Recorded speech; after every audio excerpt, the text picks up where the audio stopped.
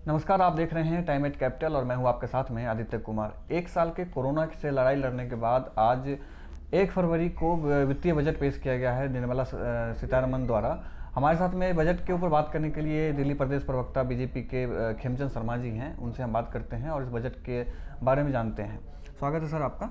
जी धन्यवाद। सबसे पहला प्रश्न ये, जब से बजट पेश हुआ है तब से ये आ रहा है कि जिन राज्यों में चुनाव हैं, बीजेपी ने खास तौर से ऐसा बजट पेश किया है सरकार ने कि उन राज्यों में बीजेपी को फ़ायदा हो, जैसे कि असम को ले ले, तमिलनाडु को ले ले, पश्चिम बंगाल को ले ले। इस पर क्या कहना है आपका?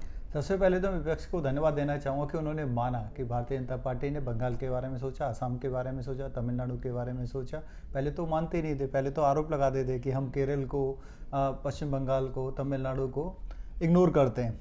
आज वो मानते हैं कि भारतीय जनता पार्टी की सरकार ने उनके बारे में सोचा। हम तो हमेशा से सोचते थे, लेकिन अब वो डरे हुए हैं और उनको लगता है कि भारतीय जनता पार्टी जिस तेज़ी से काम कर रही है, जिस तेज़ी से उन्होंने प्रोविज़न किए हैं, उनकी राजनीति कहीं ना कहीं हल्की हो जाएगी या उनकी राजनीति कहीं ना कहीं समाप्त हो जाएगी।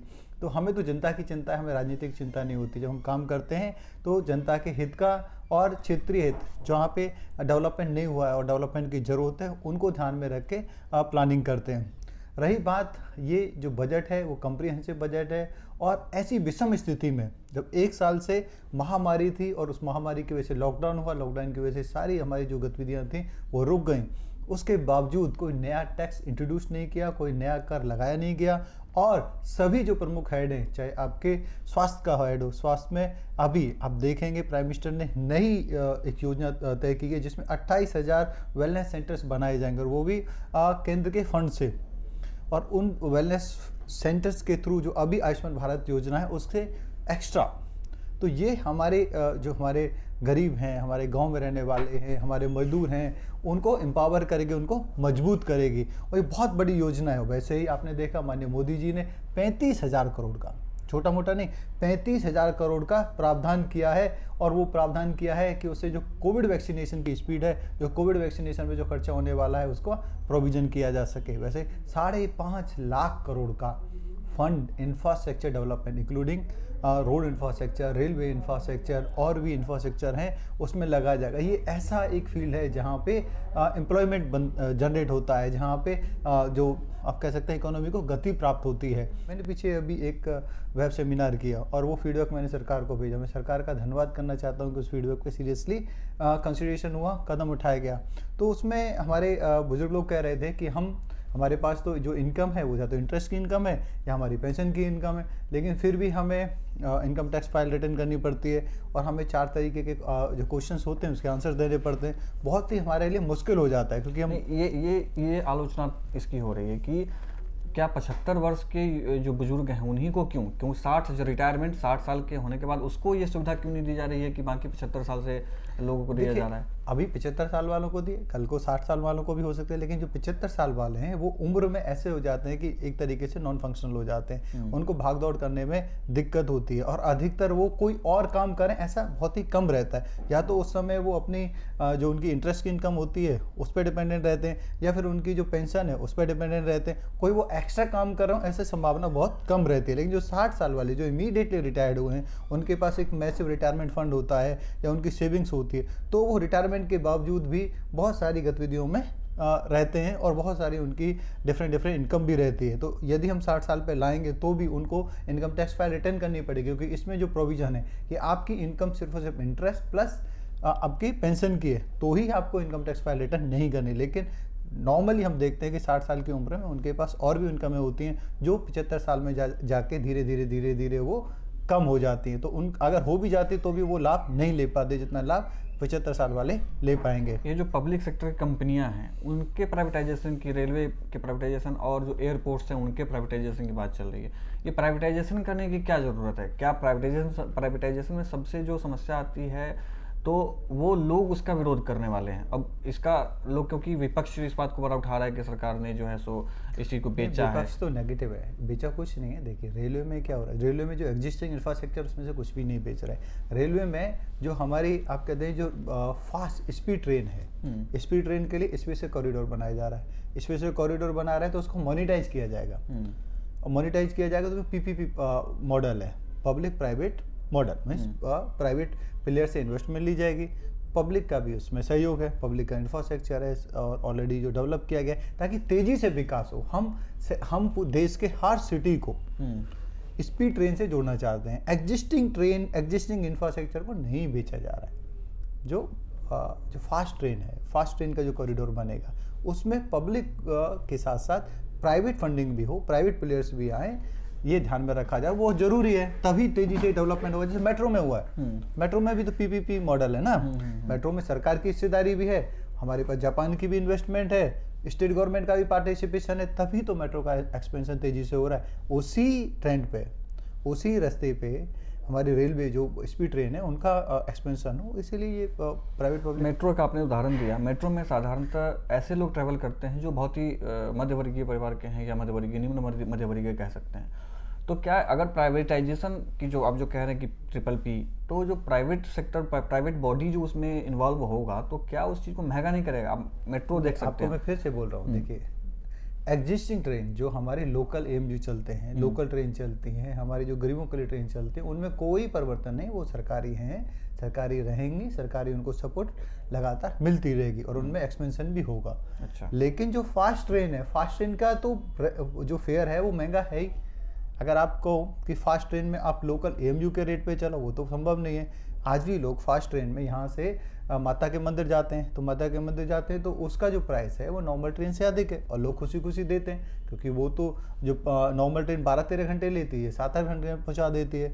इसमें सुविधाएं और ज़्यादा एक्स्ट्रा हैं।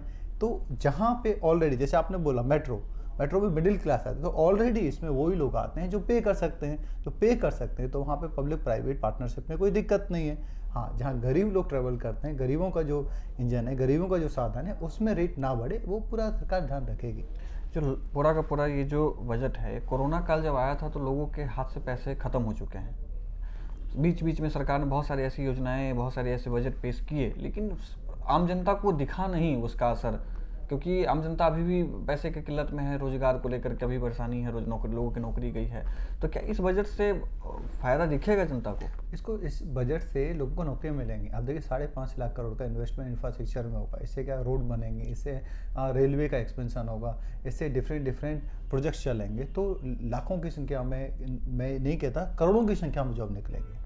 उसके साथ साथ हमने कृषि सेक्टर को मजबूत करने का काम किया है, उनको एम्पावर काम किया है, वहाँ पे लोकल जो भंडारण की सुविधाएं वो पैदा करने का काम किया है, तो वहाँ पे आपका एम्प्लॉयमेंट आएगा। वैसे ही जो स्वास्थ्य सेवाओं में 28,000 जो वेलनेस सेंटर हैं, 11,000 शहरों में और 17,000 गाँव में, वो स्थापित होंगे, उससे नया एम्प्लॉयमेंट जनरेट होगा। वैसे ही जो व्हीकल स्क्रैप पॉलिसी आएगी, अभी क्या जो व्हीकल है खाली पड़े रहते हैं, पता ही नहीं है, नहीं तो कबाड़ी में देना पड़ता है, और कबाड़ी भी सोचता है कि मैं लूँ या नहीं लूँ, और मालिक भी सोचता है कबाड़ी को दे दी, कल कोई बम लगा के फोड़ दे तो मैं पकड़ा जाऊंगा। तो उसकी एक पॉलिसी आई है कि भाई पॉलिसी आएगी तो स्क्रैपिंग के लिए बड़ी बड़ी कंपनियां आएंगी, तो अच्छा रेट भी मिलेगा, और जिनको आइटम चाहिए, स्क्रैप के आइटम, सेकेंड हैंड आइटम चाहिए, वो भी प्राइस गिरेगा और मार्केट में काम बढ़ेगा, इससे भी एम्प्लॉयमेंट जनरेट होगा। और जब गाड़ियाँ स्क्रैप होंगी तो गाड़ी नई खरीदी जाएंगी, नई गाड़ी बिल्टअप होंगी, उसमें भी लोगों को एम्प्लॉयमेंट मिलेगा, तो पूरी इकोनॉमी में एक हैपनिंग आएगी। तो ये पूरी इकोनॉमी को बूस्ट करने का काम ये बजट करने वाला है। इसमें कहीं भी किसी भी सेक्टर को इग्नोर नहीं किया गया, सारे सेक्टर को पुनः स्पीड प्राप्त करने की या स्पीड देने की कोशिश की गई है, उनको फ्यूल देने की कोशिश की गई है।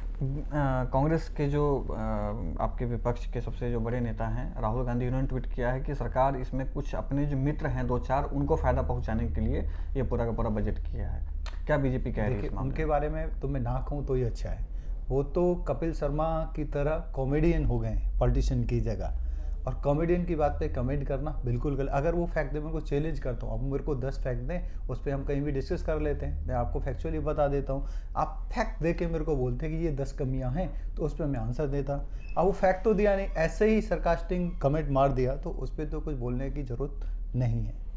आम आदमी पार्टी और मुख्यमंत्री अरविंद केजरीवाल ने भी इसका बड़ा विरोध किया है कि जो है सो सरकार जो है सब कुछ बेचने में लगी हुई है। देखिए आम आदमी पार्टी की हालत क्या है, दिल्ली में उनकी सरकार है, देखिए वो चलाते हैं दिल्ली जल बोर्ड। दिल्ली जल बोर्ड के पास आज 41,000 करोड़ का लोन है, कर्ज है, और उसकी जो दिल्ली जल बोर्ड की जो इनकम है वो इंटरेस्ट से भी कम है। तो दिल्ली जल बोर्ड गया उनके हाथ से। डीटीसी की हालत क्या है, 13 से 14,000 बस डीटीसी की दिल्ली में होनी चाहिए। 2,500 से 3,000 बस मुश्किल से दिल्ली में चल रही हैं। तो डीटीसी ट्रांसपोर्ट व्यवस्था भी चरमराई हुई है। वैसे स्कूल की व्यवस्था है, स्कूल में फुल टाइम टीचर नहीं है, स्पेशलाइज टीचर नहीं है, साइंस और मैथ के टीचर नहीं। अधिकतर स्कूल्स में जो नॉन क्वालिफाइड टीचर हैं वो साइंस और मैथ पढ़ा रहे हैं, तो बच्चों को प्राइवेट में जाना पड़ रहा है। कोई भी डिपार्टमेंट ऐसा नहीं है दिल्ली गवर्नमेंट का जो वो लॉजिकली चला रहे हों।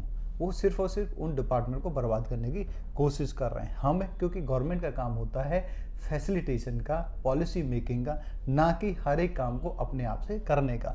जहाँ काम प्राइवेट सेक्टर नहीं कर सकता वहाँ गवर्नमेंट इनिशिएटिव लेती है, वहाँ गवर्नमेंट स्टार्ट करती है, ताकि प्राइवेट सेक्टर भी वहाँ पे पार्टिसिपेट करे और काम आगे बढ़े। अब गवर्नमेंट ऑफ इंडिया क्या कर रही है, डी इन्वेस्टमेंट करके प्राइवेट प्लेयर्स को, क्योंकि हमें भी पैसा चाहिए, और प्राइवेट प्लेयर्स नई इन्वेस्टमेंट लाएंगे, नई कैपिटल लाएंगे, और उससे काम तेजी से आगे बढ़ेगा। तो विरोध, तमाम विरोध जो कर रहे हैं, विपक्ष कर रहे हैं, आम आदमी पार्टी, कांग्रेस, सब विरोध कर रहे हैं, उसके बीच में जो बीजेपी का कहना है कि ये जो पूरा का पूरा इस वर्ष का वित्तीय वर्ष होगा वो बहुत ही लाभकारी होगा देश के लिए। अब आगे क्या होना है ये भविष्य की बात है। आप देखते रहिए टाइम 8 कैपिटल। नमस्ते। Thank you.